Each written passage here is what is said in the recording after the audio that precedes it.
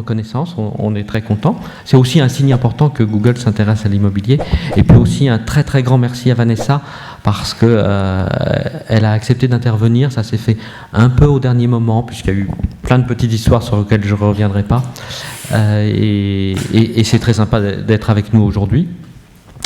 Je n'ai pas grand-chose d'autre à dire, si ce n'est que j'ai vu la présentation, elle est extrêmement intéressante. On connaît tous aujourd'hui le rôle de Google pour créer de l'audience, pour nous amener nos visiteurs, nos clients.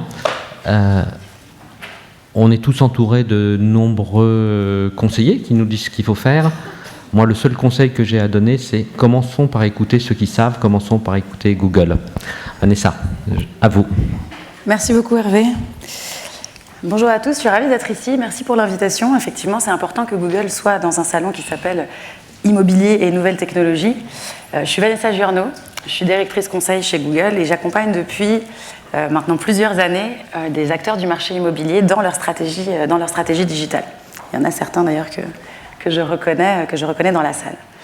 Alors pourquoi ? Du coup, parce que le digital est devenu, et vous le savez, un élément essentiel dans vos stratégies pour de la création de trafic. Le digital dans l'immobilier est devenu un élément tout à fait essentiel. Pourquoi ? Parce que déjà, nous savons que 1 Français sur 4, enfin 27%, ont un projet immobilier. Et que sur ces 1 Français sur 4, l'immense majorité d'entre eux sont sur Internet pendant leur recherche. D'où la place centrale du digital dans ce secteur. Mais bon, c'est pas tout d'avoir fait ce constat non plus. C'est-à-dire qu'au-delà d'avoir constaté que oui, Internet est central dans l'immobilier, chez Google, afin de mieux comprendre et mieux accompagner nos clients et partenaires, on a voulu aller un petit peu plus loin et comprendre un petit peu plus en détail le parcours du chercheur, du porteur de projet immobilier. C'est pourquoi on a travaillé avec l'Institut Nielsen pour étudier ces comportements. Et cette étude s'appelle Clickstream. Grâce au panel médiamétrique que vous connaissez tous, puisque c'est avec celui-ci que vous mesurez vos sites, qu'on a réduit aux adultes de plus de 21 ans, on a étudié les comportements des porteurs de projets immobiliers pendant 6 mois, de janvier à juin 2013, en étudiant tout leur parcours de recherche. Voilà. Étant donné les caractéristiques de ce panel, un petit bémol quand même, il faut le souligner, on a pu étudier que les données desktop et pas les données mobiles, malgré le fait que le mobile est devenu un acteur aussi essentiel et un device essentiel dans la recherche immobilière, et on le verra un petit peu plus loin. Donc les données de cette étude Clickstream, elles sont uniquement desktop. On a essayé de segmenter les internautes et leurs comportements. D'abord, on a segmenté l'univers de l'immobilier en catégories. Et ces catégories, c'est important, elles sont non exclusives. Ces catégories, il y en a 6, c'est l'achat, la location, la vente, la mise en location, l'achat neuf, qui est une partie de l'achat, mais qui a un comportement différent, et l'investissement. Elles sont non exclusives parce qu'on peut très bien vouloir faire un achat et aussi louer un bien. Et souvent, d'ailleurs, on peut très bien faire un achat et une vente, et c'est des choses qui vont, évidemment, la plupart du temps ensemble. Donc la somme de toutes ces catégories n'est pas égale à 100, et c'est important de l'avoir en tête. On a aussi essayé de segmenter nos utilisateurs en fonction, disons, de leur degré d'engagement, c'est-à-dire des types d'actions qu'ils effectuent sur les sites qu'ils visitent. De la recherche pure et dure d'informations sans forcément effectuer d'action, à l'estimation, jusqu'à un niveau d'engagement plus important qui est la conversion. Alors, on va essayer un peu quand même de définir ce qu'est la conversion, parce que pour vous, une conversion, c'est quelqu'un qui passe la porte de vos agences immobilières et qui signe un contrat. Quand on parle de conversion en ligne, la conversion, pour nous, c'est tout utilisateur qui a soit publié une annonce, soit fait une demande de contact, soit rempli un formulaire, imprimé une annonce, ou tout simplement envoyé un ami. Ça représente 25% de l'audience qu'on a étudiée, soit 5 millions de personnes. L'information, donc on va dire le lèche-vitrine un petit peu, c'est 62% de l'audience. L'information, c'est tous les utilisateurs qui n'ont pas fait d'action, n'ont pas fait de conversion ni d'estimation, mais juste une recherche de biens. Ils ont consulté les détails des annonces. Puis l'estimation, c'est une sorte d'engagement mou. On n'a pas fait que de la recherche, on n'a pas été jusqu'à faire une demande de contact, donc créer un lead, mais on a par exemple créé une alerte ou souscrit à une newsletter, demandé une brochure, etc. Ça représente 13% de l'audience. Donc là, un chiffre à retenir, c'est ces 25%. 25% de l'audience, donc 5 millions de personnes, vont jusqu'à s'engager en ligne et faire une demande de contact. C'est cette audience qui est la plus chaude pour vous, parce que c'est l'audience qui sera la plus simple à convertir en vraie conversion chez vous dans les agences, en vrai convertisseur. Donc quel est le premier constat qu'on a fait dans cette étude Clickstream? Le premier constat, c'est que la recherche immobilière en ligne est une activité extrêmement intense. Le parcours moyen, donc sur ces 6 mois qu'on a étudiés, de janvier à juin 2013, entre la première fois qu'on fait une recherche sur un site immobilier et la dernière fois qu'on fait une visite, dure 75 jours. Plus de 2 mois, 2 mois et demi entre, et c'est un parcours moyen, entre la première visite et la dernière visite. Le parcours se caractérise aussi, donc, par sa longueur, mais aussi par le nombre de sites qu'on visite, puisque les sources d'informations sont multipliées dans le parcours d'un chercheur de biens immobiliers, puisque ça va jusqu'à peu près 5 sites qui sont consultés en moyenne. Mais non seulement on consulte beaucoup de sources d'informations différentes, mais en plus on y retourne maintes et maintes fois, puisqu'on fait à peu près en moyenne 21 visites par site qu'on consulte. D'où l'intensité dont je vous parlais quand même de cette recherche. Ce qui fait effectivement au bout du compte qu'on y passe un temps fou. C'est-à-dire que mis bout en bout, toutes ces visites, elles font que le temps moyen passé sur les sites immobiliers est de 2h40. Alors pourquoi c'est très important de savoir ça? C'est très important parce que comprendre cette longueur de parcours et la multiplicité des sites, ça doit vous aider dans vos stratégies de marketing, notamment à comprendre l'attribution de vos différentes stratégies marketing et quels sont les différents canaux qui peuvent participer à faire une conversion, parce que les points de contact entre vos sites et les internautes qui cherchent sont extrêmement nombreux durant ces 75 jours. Mais évidemment, là, on était sur des moyennes et le comportement, il évolue beaucoup en fonction de ce qu'on a à y faire sur ces sites. En fonction qu'on ait envie de faire un achat, qu'on ait besoin de mettre son bien en vente, qu'on ait besoin de mettre son bien en location, les parcours différencient énormément. L'achat, vous le voyez derrière moi, la taille de la bulle, c'est la taille de l'audience. Donc l'achat, c'est ce qui représente la plus grosse partie de l'audience des internautes qui sont en train de chercher des biens sur Internet. C'est aussi la catégorie, donc le segment de personnes qui ont l'activité la plus intense. C'est les acheteurs qui ont une durée moyenne de parcours la plus importante, à peu près 70 jours, et qui consultent aussi le plus de sites dans leur recherche, puisque plus de 4, près de 4 sites et demi pendant leur recherche. La location vient juste derrière. Donc c'est l'audience la plus active, hyper active on va dire. C'est le parcours le plus multisite.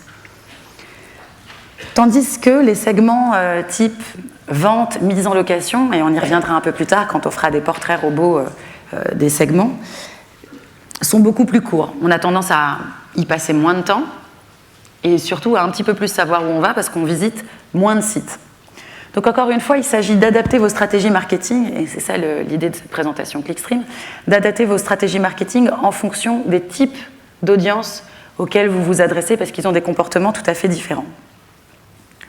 Donc on vient de le voir, le parcours il est long, il a une intensité en termes de nombre de sites. Maintenant, ce qu'on va essayer de comprendre, c'est justement, comme il y a plusieurs sites, comment cette recherche elle s'organise en prenant l'exemple des internautes les plus engagés, parce que c'est ceux qui nous intéressent le plus, parce que c'est les prospects les plus chauds, comme je disais tout à l'heure. Donc c'est un parcours qui est long. On va essayer de comprendre un petit peu plus comment s'organise la recherche. Premier constat déjà, c'est que c'est complexe. Il y a une grande variété de sites qui intervient dans cette recherche immobilière. Il y a évidemment les sites des annonces généralistes, et là je pense à Le Bon Coin Immo notamment qui représente la majorité de cette catégorie, les sites d'annonces immobilières, aussi les sites de réseaux d'agences, mais on peut s'en douter des sites annexes à l'immobilier comme des sites de crédit, des sites spécialisés dans l'estimation notamment, et aussi des sites de cartographie. Et on le verra juste après, c'est extrêmement important de le prendre en compte. Mais surtout, ce qu'on constate, c'est que le premier point d'entrée vers tous ces sites, c'est la recherche, c'est Google Search. C'est le premier flux qui envoie vers tous les autres points de passage. Et chez les internautes qui sont les plus engagés, ceux qui ont converti, le deuxième segment qui génère le plus de visites, c'est les annonces généralistes, ce qui représente quand même 31% des internautes qui ont converti. Et il s'agit là majoritairement du Bon Coin. Alors sur le constat des annonces des sites de cartographie, c'est intéressant parce que ça peut nous donner une idée de comment développer vos propres sites avec des services annexes pour que les internautes ne fuient pas forcément vers d'autres services type Google Maps ou Mappy et intégrer directement ces services sur vos sites. Donc ça peut aussi vous aider non seulement dans vos stratégies marketing, mais vous aider dans vos stratégies éditoriales. Donc Google Search, on vient de le voir, est un passage essentiel dans le parcours des utilisateurs. 77% des internautes utilisent Google Search dans leur recherche immobilière. Et quand je dis qu'ils utilisent Google Search, ça ne veut pas dire qu'ils font une requête. On l'a vu, ils ont un parcours qui est intense, 5 sites en moyenne, 75 jours. Donc tout au long de leur parcours, ils effectuent plus de 14 requêtes tout au long de leur parcours. Et ces requêtes-là, elles sont très variées et elles sont en grande majorité des mots-clés qu'on dit génériques. C'est-à-dire 67% des internautes qui utilisent le search dans leur parcours utilisent des mots-clés génériques. Ce qu'on appelle des mots-clés génériques, c'est des mots-clés qui ne font pas état de la marque du site sur lequel ils ont envie de se rendre. Donc ces trois chiffres vraiment à retenir. On va essayer maintenant de rentrer un petit peu plus, vu qu'ils font 14 requêtes, on va essayer de comprendre un petit peu plus qu'est-ce qu'il y a dans ces requêtes, justement pour nous aider à adapter les stratégies marketing et à vous conseiller dans vos stratégies marketing digitales. Déjà, ce qu'on constate, c'est l'utilisation de ces mots-clés génériques, c'est-à-dire qu'ils ne font pas forcément état de la marque. Les requêtes des internautes, elles sont de plus en plus précises. C'est-à-dire que maintenant, alors évidemment, elles sont précises quand elles sont sur vos sites, puisque les internautes vont préciser la taille du bien, le prix du bien, la location du bien, mais en fait, cette précision-là, elle se retrouve dès Google Search. Et on se retrouve avec des internautes qui tapent dès leur premier contact, dès la recherche sur Google, exactement le bien de leur rêve. Achat, maison, Villeurbanne, Lyon 6e. D'autres vont jusqu'à dire la taille de l'appartement qu'ils souhaitent dans la requête. Appartement, T3, Villeneuve-sur-Lot, etc. Donc on a un phénomène qu'on appelle chez nous la longue traîne. C'est-à-dire qu'on parle souvent de mots-clés quand on fait de la recherche. Là, on est plus vraiment sur des expressions clés. Elles sont de plus en plus longues et elles ont de plus en plus de mots dans leur construction. Et c'est très important de prendre ça en compte. Quels sont les mots-clés, du coup, les plus tapés en 2014 dans ces mots-clés génériques, en enlevant les marques? C'est des mots-clés divers et variés. Appartement à vendre, construction maison, permis de construire. Alors, elles ne sont pas forcément toutes extrêmement précises, mais c'est extrêmement important, en revanche, pour vous, d'être présent sur ces mots-clés qui ne sont pas forcément encore très engageants.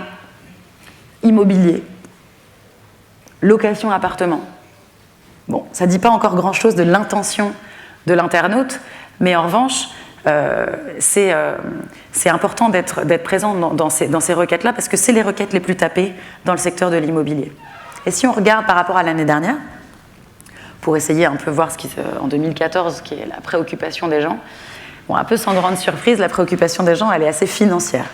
Les mots-clés les plus en progression par rapport à l'année dernière sont des mots-clés qui sont relatifs, notamment aux frais de notaire, au calcul de la plus-value immobilière, etc. Donc les gens sont très conscients et ont envie de se renseigner sur des choses annexes à leur démarche immobilière, notamment à la recherche immobilière, notamment sur tout ce qui concerne la finance. Et là aussi, ça nous donne des idées éditoriales pour construire vos sites. Dans la recherche immobilière, il n'y a pas que la recherche, il y a aussi tout le reste. Et donc, construire vos sites avec du contenu qui peut répondre à ces besoins utilisateurs qui veulent se renseigner sur comment on calcule sa plus-value, etc., ça permet de les attirer sur vos sites et de les garder. Mais au-delà de ces mots-clés génériques, la marque représente quand même encore une part de trafic extrêmement importante et une source de trafic extrêmement importante. Donc, quand je dis marque, c'est les noms de sites, donc Sologer.com, Explore.imo, les noms de réseaux, etc., Le Bon Coin. C'est ça qui drive un trafic extrêmement important vers vos sites. Et ça nous souligne du coup l'importance de générer de la préférence en fait sur ces marques. Parce que quand on regarde par type de segment, ceux qui ont juste fait de la recherche d'information, ceux qui ont fait de l'estimation, ceux qui ont fait de la conversion, on s'aperçoit qu'effectivement, les marques, elles arrivent en fin de funnel, parce qu'on voit vraiment, on peut vraiment parler de funnel, d'entonnoir de conversion entre ceux qui font de la recherche jusqu'à ceux qui vont effectivement créer un lead, convertir en ligne. Les marques, elles apparaissent en fin de funnel comme une sorte de réassurance. 57% des gens qui ont converti utilisent des mots-clés génériques plus des marques quand ils font une requête sur Google Search. Alors que ceux qui font de la recherche d'information vont plus avoir tendance à utiliser des génériques seuls. D'où l'importance de travailler votre branding et de générer de la préférence pour votre marque par rapport à vos concurrents et à générer de la différenciation. Donc on a vu la dimension locale tout à l'heure, on a vu une dimension sur les mots-clés génériques, on a vu aussi que dans le passage, dans tous les sites que les gens consultent, il y a de la cartographie. Effectivement, on a essayé de chiffrer ça. C'est près de 7 millions de personnes sur les internautes, sur les 20 millions qui ont concerné cette étude. C'est près de 7 millions qui utilisent un service cartographique pendant leur recherche. Donc la dimension locale est devenue aussi majeure dans les stratégies digitales dans l'immobilier.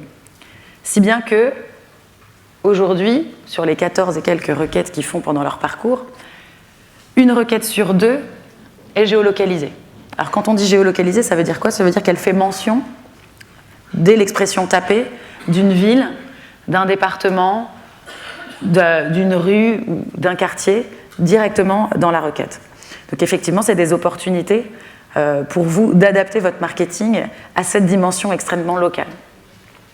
Et même si notre étude Clickstream qu'on a faite avec Nielsen ne concerne que le desktop, ce qu'on sait, c'est que cette dimension locale, elle est renforcée par le développement du mobile.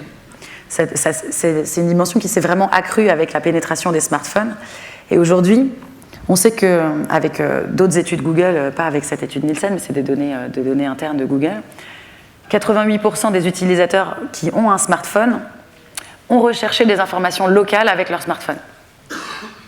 Et non seulement ils font des recherches d'informations locales, mais en plus, après ça, ils effectuent des actions, puisque 82% d'entre eux, après avoir fait ces requêtes, ces types de recherches locales, ils font une action. C'est-à-dire, quel type d'action? Ça veut dire soit du online to store, se rendre dans un lieu physique, ou tout simplement appeler ou faire une action en ligne. Et ça, c'est confirmé notamment dans l'immobilier par la progression des requêtes qui viennent du mobile. On le verra juste après. Et ce qui est intéressant dans l'immobilier, c'est que c'est une des activités les plus développées sur smartphone. Après la recherche, évidemment, de produits, la recherche très locale de restaurants, de bars, de cafés. Et c'est bien au-delà, et c'est même au-delà des offres d'emploi. Donc l'immobilier, c'est une activité qu'on fait sur smartphone et ça crée des opportunités de contact. Et du coup, là aussi, je souligne ça, c'est important, d'adapter non seulement vos stratégies marketing, mais vos assets digitaux à ce comportement de l'audience. Donc évidemment, il faut développer des applications, mais pas que des applications. Dans le sens où, quand je fais une requête immobilière sur mon smartphone et que je tape « acheter appartement », si je suis en recherche d'informations uniquement et qu'on me demande de télécharger une appli, on me demande de faire un parcours un petit peu compliqué, un peu en rupture, il n'est pas sans couture. Alors que si j'ai un site mobile sur lequel je peux directement effectuer des actions, aller consulter une annonce et faire un contact en ligne, là on est sur quelque chose de beaucoup plus seamless. Donc je ne dis pas qu'il faut faire que des sites mobiles, je dis que les sites mobiles et les applications sont pour des besoins différents et il faut avoir les deux en parallèle. Une chose est sûre, c'est que d'ici à, peut-être, on l'estime à 2016 sur le web de manière globale, il y aura plus de requêtes qui viendront des smartphones que des requêtes qui viendront du desktop. Et dans l'immobilier notamment, la part des requêtes mobiles, elle a été multipliée par 17 entre 2010 et aujourd'hui. Aujourd'hui, une requête sur 5 dans l'univers de l'immobilier est faite sur un smartphone. Ce qui vient évidemment renforcer les informations qu'on a dit précédemment sur l'importance d'utiliser ces canaux-là dans vos stratégies marketing. Et la mobilité, c'est le smartphone aujourd'hui, mais on peut faire de la prospective et ça peut aller bien au-delà. Et puis on est au salon Nouvelles Technologies Real Estate, donc j'aimerais saluer ici la démarche de Nexity qui a créé quelque chose d'extrêmement innovant. Et si vous pouvez lancer la vidéo.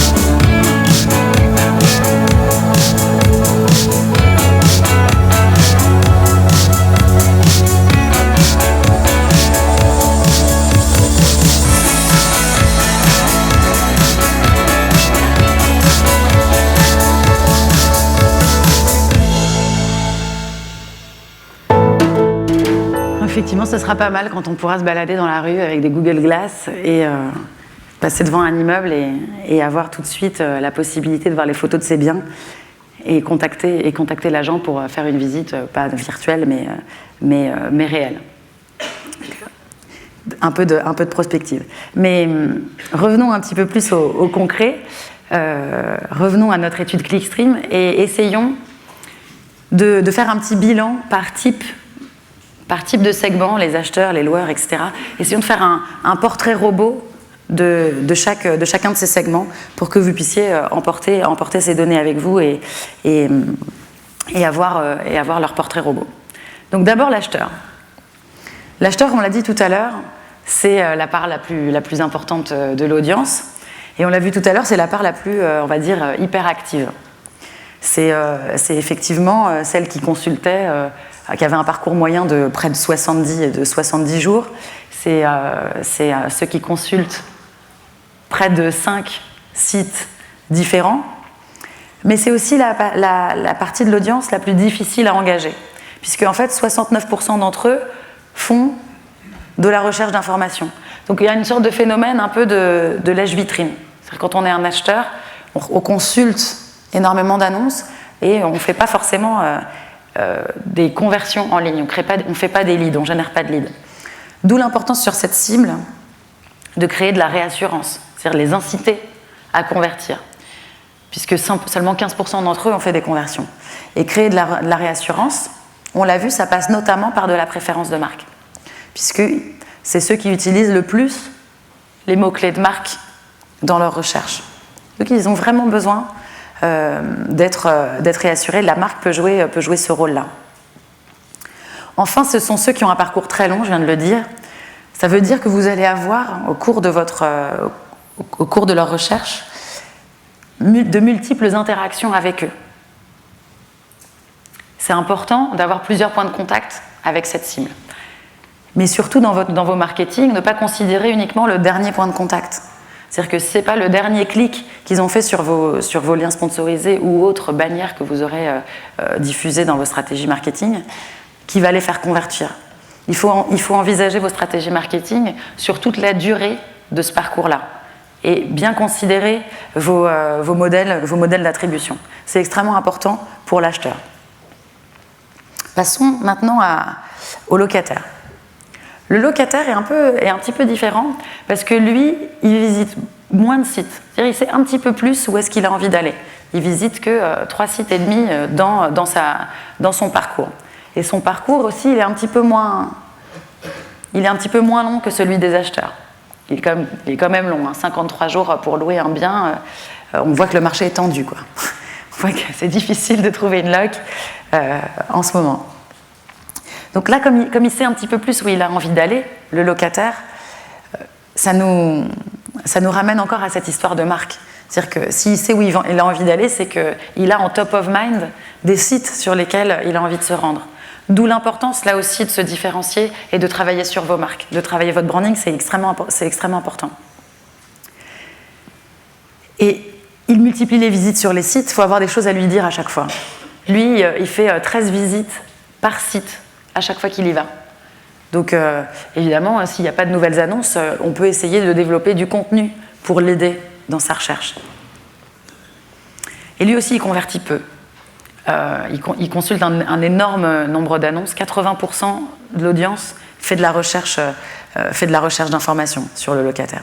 Donc il y a toute une stratégie d'inciter à la conversion et peut-être de créer des parcours clients sur vos sites dédiés à la loc. Le vendeur maintenant. Le vendeur c'est intéressant parce qu'il représente une partie évidemment beaucoup moins nombreuse que les acheteurs, mais beaucoup plus facile à engager. Puisque 37% des vendeurs, eux, sont allés jusqu'à une conversion qui va être un dépôt d'annonce. En revanche, ils savent vraiment où est-ce qu'ils ont envie d'aller. Le vendeur, il consulte que 2 sites et quelques en moyenne.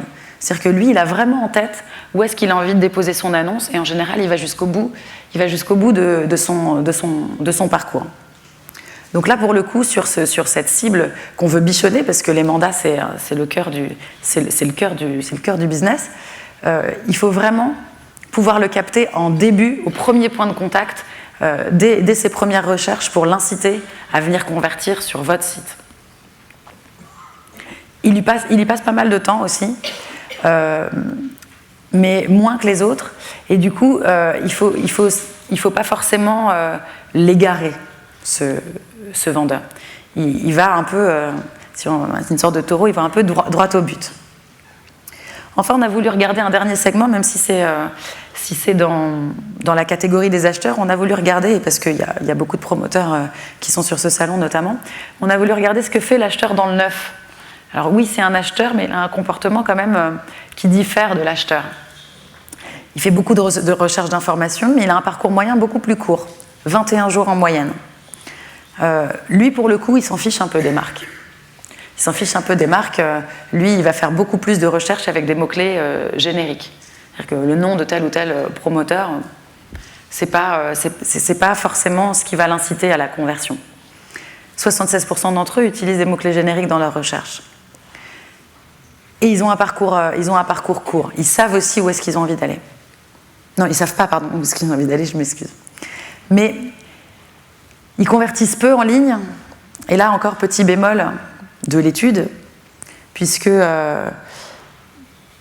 dans ce secteur de l'achat neuf, les conversions, elles se font beaucoup offline ou au téléphone. On va pas forcément cliquer sur un bouton en disant envoyer un email pour être rappelé.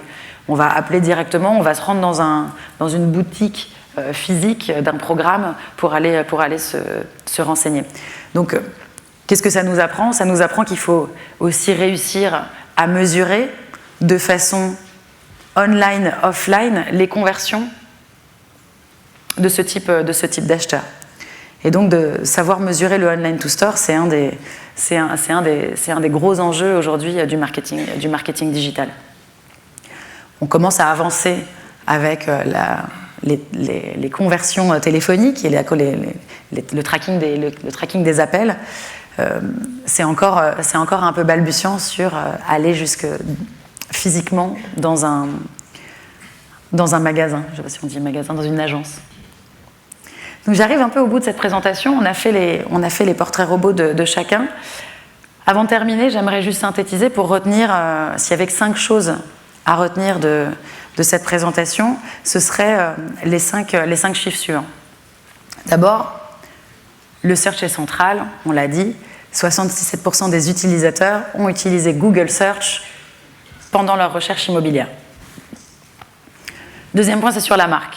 La marque est un facteur déterminant aujourd'hui dans l'immobilier digital.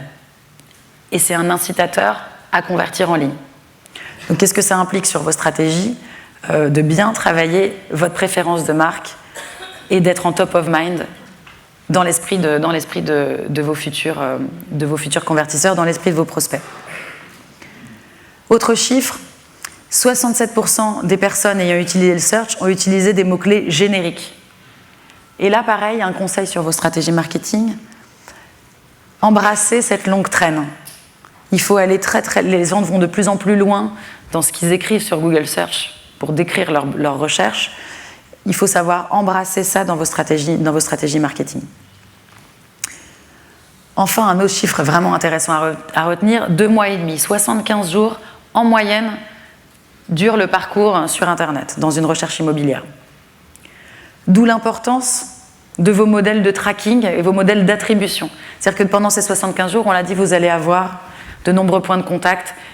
Ne misez pas tout sur le dernier point de contact. Enfin, 25% des utilisateurs ont converti en ligne. Et ces prospects-là continueront certainement, et continuent déjà, leur recherche sur un autre device. Donc non seulement il faut avoir des modèles d'attribution sur le long du parcours, mais des modèles d'attribution cross-device. Et c'est là tous les conseils qu'on peut vous donner. J'espère que cette présentation vous a appris des choses sur vos audiences. Je vous remercie pour votre écoute, et puis à bientôt.